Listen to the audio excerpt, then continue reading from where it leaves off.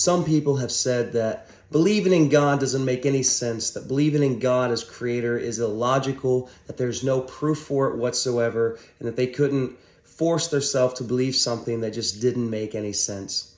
Today I would like to read a couple scriptures to you and give you an illustration to help you better understand why having faith in God is not illogical, but why having faith in God is the logical thing to do, that how evidence points to God as creator.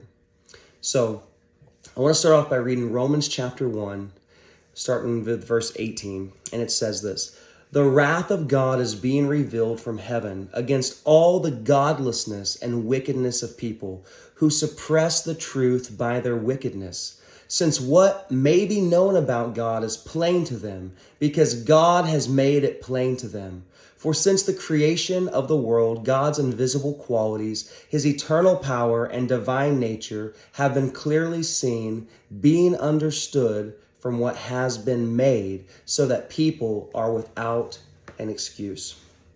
Friends, God created the world, and he said that he's going to hold people accountable because creation alone is proof of his invisible qualities, his divine nature and eternal power. So this is what theologians call natural revelation, right? To help illustrate this, I want to read to you a book called Wesley and Creation. It's a story of a little mouse who goes on a journey to discover that everything comes from something. I pray this illustration encourages you and builds your faith. There once was a mouse who lived with an old woman in a rundown house. Wesley was his name, and exploring was his game. He loved to journey through the house and make new discoveries. He learned things like the fastest route to the kitchen from his bed, and where the best place was to store the crumbs he found.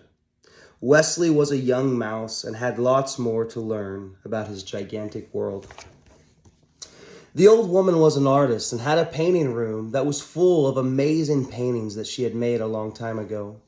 Wesley loved to go into the painting room and look at all the beautiful pictures. He often wondered how they got there.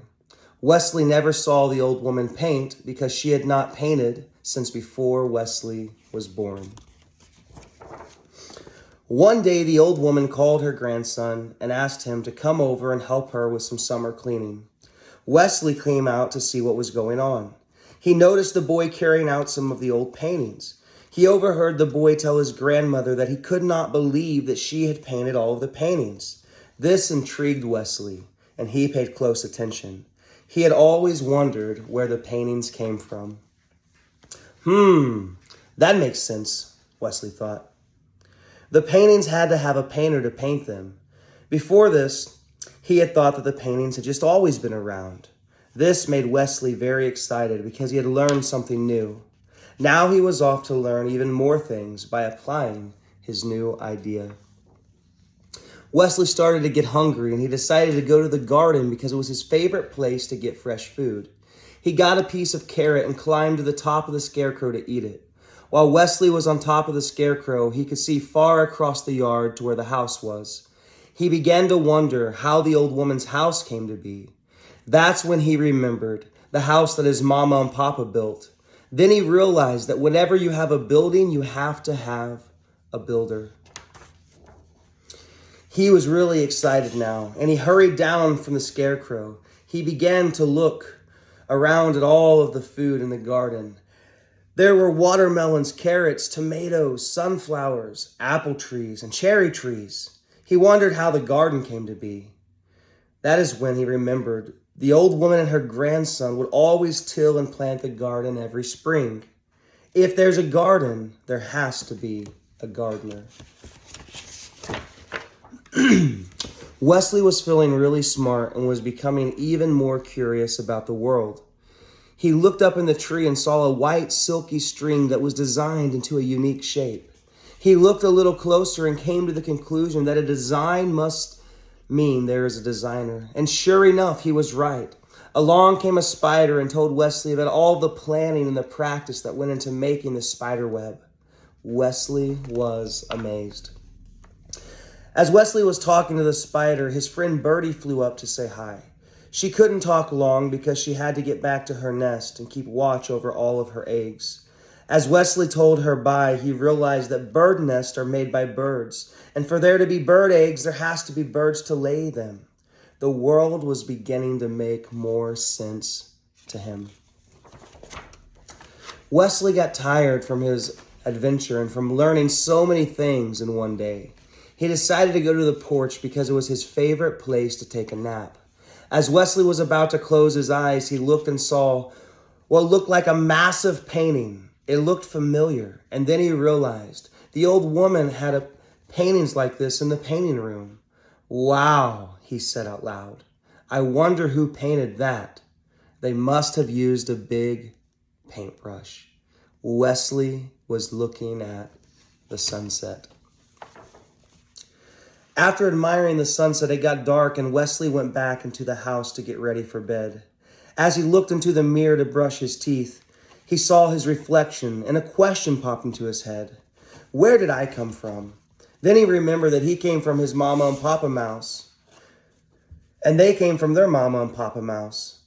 But where did their parents and their parents' parents come from?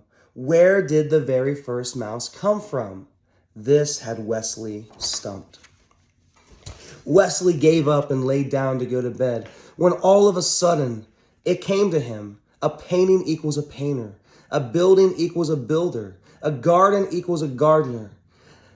A spider web equals a spider. A bird nest equals a bird. A design equals a designer. And a kid mouse equals a mama and papa mouse. Everything comes from something, he thought.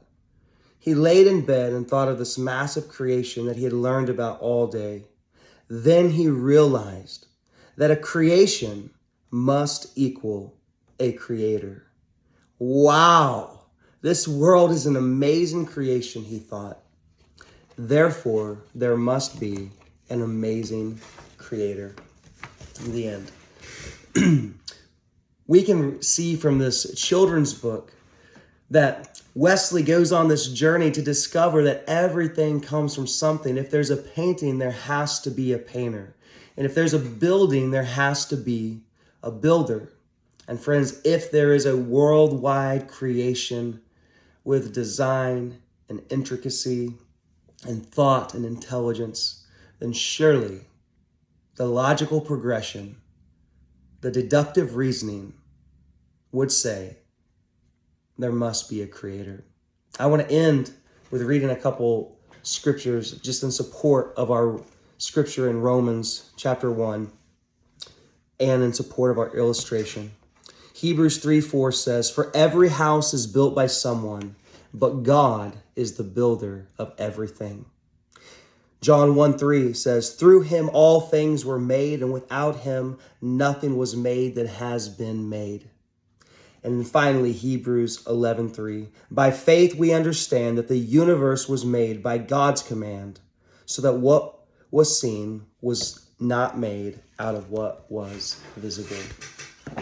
Friends, I pray that this illustration blesses you, that it strengthens your faith, and that you've come to the conclusion, as me and many other people throughout Christian history, that God is creator, and there certainly is abundance of evidence, a worldwide abundance of evidence. God bless.